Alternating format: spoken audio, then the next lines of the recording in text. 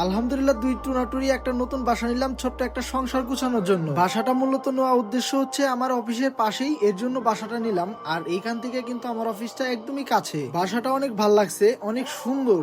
আর এটা নতুন বিল্ডিং হওয়াতে আমার কাছে খুব ভালো লাগছে। হঠাৎ করে আবহাওয়া খারাপ হয়ে গেছে, আবার বৃষ্টিও হচ্ছে। আগে আমি হুন্ডাটা উপরে উঠাই নেই। আর এখানে কিন্তু বাইক রাখার জন্য স্পেসও আছে, একদম সুন্দর মতো মন মতো আমি রাখতে পারবো। এইটা তো আপনাদের দেখাইলাম আমার বাইক রাখার জায়গা। এখন আমার রুমটা দেখাই, রুমটা কেমন দেখতে। আর এই যে হচ্ছে আমার রুম, আর রুমের পাশে কিন্তু বেলকনি। আমরা দুই টোনাটনি কিন্তু এই রুমেই থাকবো। রুমের পাশে বেলকনি আমার কাছে আবার অনেক ভালো লাগে। মাঝে মধ্যে বসে রইলাম, একটু আড্ডা দিলাম, খোলা হাওয়া বাতাস খেলাম। আবার মাঝে মাঝে বসে দেখলাম কে যাচ্ছে কে আসতেছে। মাঝে মাঝে বসে বসে দেখাও যাবে সবকিছু। আরেকটা জিনিস দেখাই, যখন আম বড় হবে তখন কিন্তু এখান থেকে বসে বসেই খেতে পারবো, একদম ইনটেক। আসেন আমাদের আরো কয়েকটা রুম ট্যুরতে দেখায় আপনাদের। এখানে পাকঘর আর ওয়াশরুম কিন্তু একসাথে। সুমি বলতেছে এখানে আমি সব সময় থাকবো, রান্না বাড়া করবো, মানে একটু খুশি বলা চলে। আর এই যে হচ্ছে আরেকটা রুম, যেটা গেস্ট রুমও বলা চলে।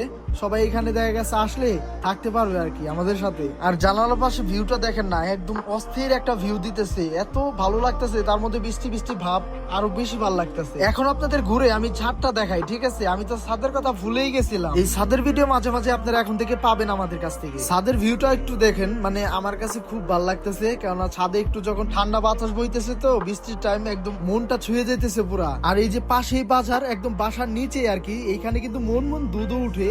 খালি শুধু দুধ না, অনেক কিছু দেখা গেছে, মাছ মাংস তো আছেই, আর শাক সবজি তো বলার বাইরে। এটা সব অ্যাভেলেবেল, সব সময় পাওয়া যাবে এখানে। এখন আমার অফিসটা দেখাই। এই আমার বাসা থেকে আমার অফিসটা কতটুকু দূরত্ব দেখেন। আমি এইখান থেকে আমার অফিস দেখতে পারতেছি।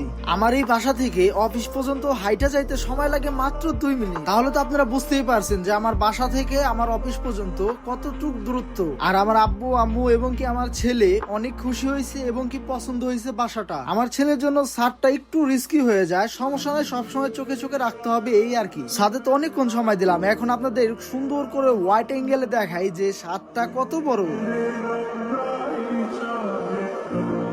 এখন তো অনেকক্ষণ ছাদে সময় কাটাইলাম, এখন চলে যায় বাসায়। কেননা কালকে থেকে আবার এই বাসায় উঠে পড়বো, তখন থেকে আপনারা নিয়মিত ভিডিও পাবেন। সবাই ভালো থাকবেন, সুস্থ থাকবেন, খোদা হাফেজ।